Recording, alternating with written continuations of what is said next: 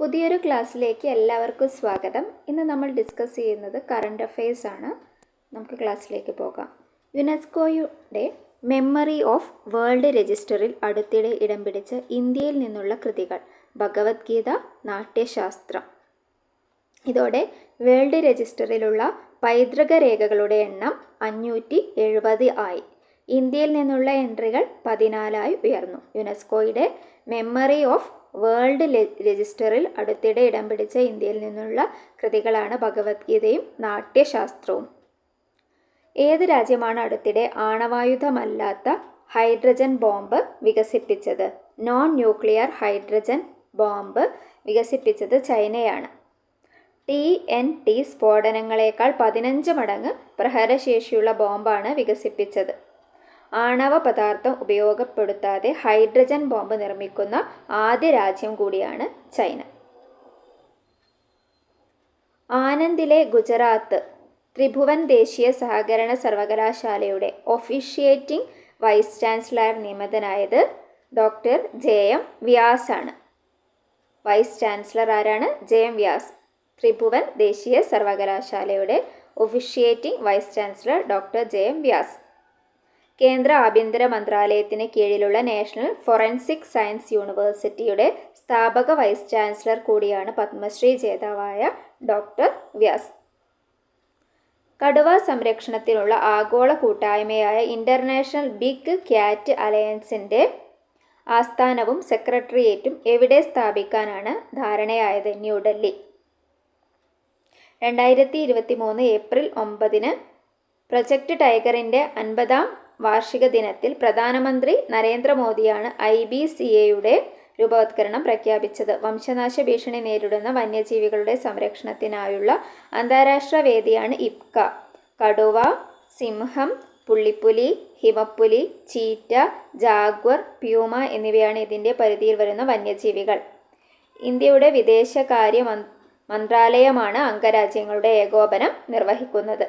2025 world press photo of the year ആയി തിരഞ്ഞെടുക്കപ്പെട്ട ചിത്രത്തിൻ്റെ ഫോട്ടോഗ്രാഫർ സമർ അബു എലൂഫ് ആണ്. Samar Abu Elouf 2025 world press photo of the year ആയി തിരഞ്ഞെടുക്കപ്പെട്ട ചിത്രത്തിൻ്റെ ഫോട്ടോഗ്രാഫറാണ് സമർ അബു എലൂഫ്.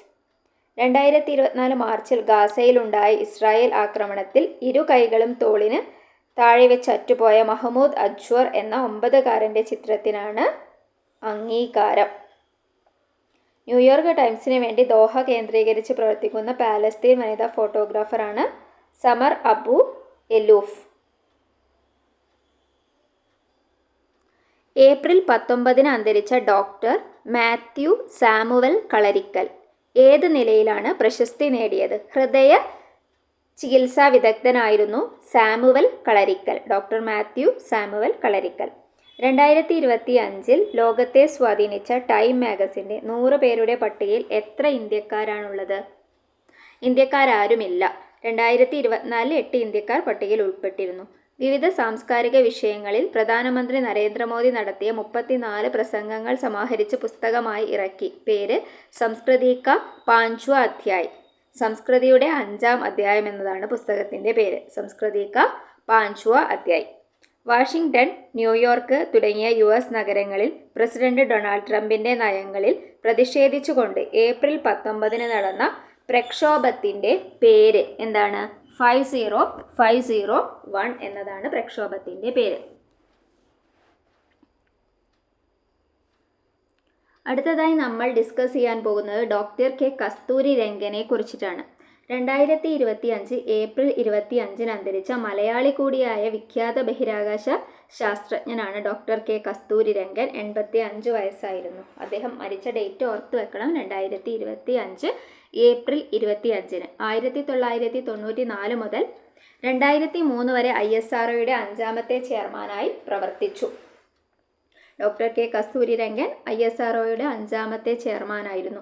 ഇക്കാലത്താണ് ഇന്ത്യയുടെ ചാന്ദ്ര യാത്രാ പദ്ധതിയുടെ പ്രാരംഭ ആലോചന നടന്നത്. PSLV, GSLV എന്നിവ വിജയകരമായി പരീക്ഷിച്ചതും ഇക്കാലത്തു തന്നെ. 2000 പത്മവിഭൂഷൺ ബഹുമതി ലഭിച്ചു. 2003 മുതൽ 2009 വരെ രാജ്യസഭാംഗമായി. പശ്ചിമഘട്ട സംരക്ഷണത്തിനായി മാധവ് ഗാഡ്ഗിൽ തയ്യാറാക്കിയ റിപ്പോർട്ട് പുനഃപരിശോധിക്കുവാൻ കേന്ദ്ര പരിസ്ഥിതി മന്ത്രാലയം രൂപവത്കരിച്ച സമിതിയുടെ അധ്യക്ഷനായിരുന്നു.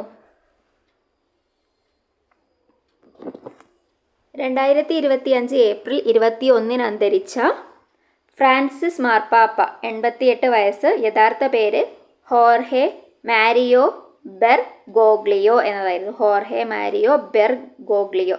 നമുക്ക് അദ്ദേഹത്തെക്കുറിച്ച് ഡീറ്റെയിലിംഗ് നോക്കാം. 1936 ഡിസംബർ 17 അർജന്റീനയിലെ ബ്യൂണസ് ഐറസിലാണ് ജനിച്ചത്.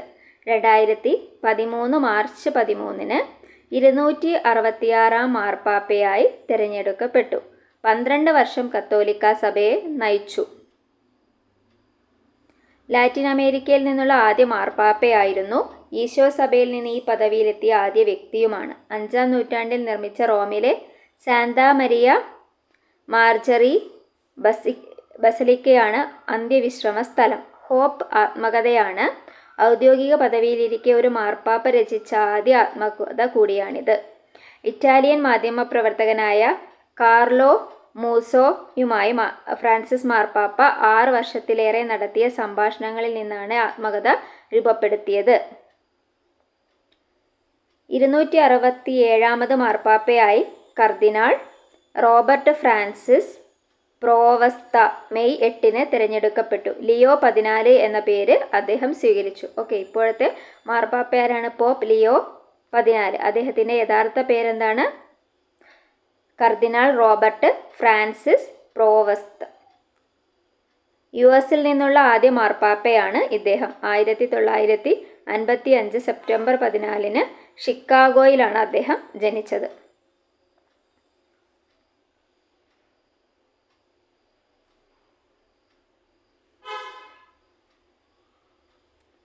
ദക്ഷിണ കാശ്മീരിൽ അനന്ത് നഗറിലെ പഹൽഗാമിലുള്ള ബൈസരണിൽ ഏപ്രിൽ 22 നടന്ന ഭീകരാക്രമണത്തിൽ എത്ര പേരാണ് കൊല്ലപ്പെട്ടത്?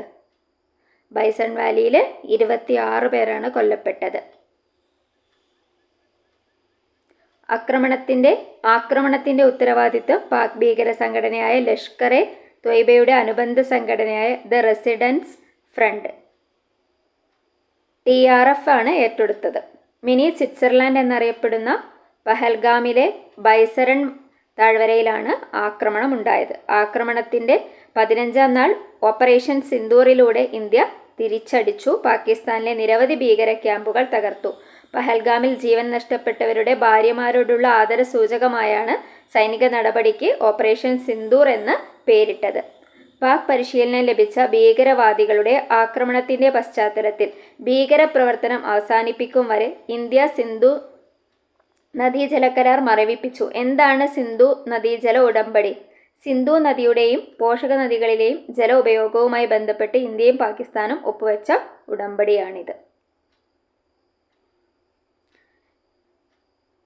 ലോകബാങ്കിന്റെ മധ്യസ്ഥതയിൽ 1960 സെപ്റ്റംബർ 19 ഈ കരാർ നിലവിൽ വന്നത്. അന്നത്തെ പ്രധാനമന്ത്രി ജവഹർലാൽ നെഹ്റുവും പാക് പ്രസിഡന്റ് അയൂബ് ഖാനും ചേർന്ന് കറാച്ചിയിൽ വെച്ചിട്ടാണ് കരാർ ഒപ്പുവെച്ചത്. കരാർ പ്രകാരം പടിഞ്ഞാറുള്ള സിന്ധു ജലം, ചിനാബ് നദികളിലെ ജലം പാകിസ്ഥാനും കിഴക്കുള്ള ബിയാസ്, രവി, സത്ലജ് നദികളിലെ ജലം ഇന്ത്യക്കുമാണ്. ആർക്കും നൽകിയിട്ടില്ലാത്ത ചെറു നദികൾ വ്യവസ്ഥകൾക്ക് വിധേയമായി ഇരു രാജ്യങ്ങൾക്കും ഉപയോഗിക്കാം. നദിയൊഴുക്ക് പാകിസ്ഥാനിലേക്ക് ആയതിനാൽ ഉടമ്പടിയുടെ പ്രയോജനമേറെയും ആ രാജ്യത്തിനാണ്. ഏഷ്യയിലെ 2 രാജ്യങ്ങൾ തമ്മിൽ ജലം പങ്കുവയ്ക്കാൻ ഒപ്പുവെച്ച ഏക ഉടമ്പടി കൂടിയാണിത്. കേരളത്തിൻ്റെ എത്രാമത്തെ ചീഫ് സെക്രട്ടറിയാണ് ഡോക്ടർ എ ജയതിലക്? 50ാമത് ചീഫ് സെക്രട്ടറിയാണ് doctor A Jayathilak. Thank you for watching. നിങ്ങൾക്ക് ക്ലാസ് ഇഷ്ടപ്പെട്ടാൽ ലൈക്ക് ചെയ്യുക, ഷെയർ ചെയ്യുക, സബ്സ്ക്രൈബ് ചെയ്യുക. അടുത്ത ക്ലാസ്സിൽ നമുക്ക് വീണ്ടും കാണാം. Thank you.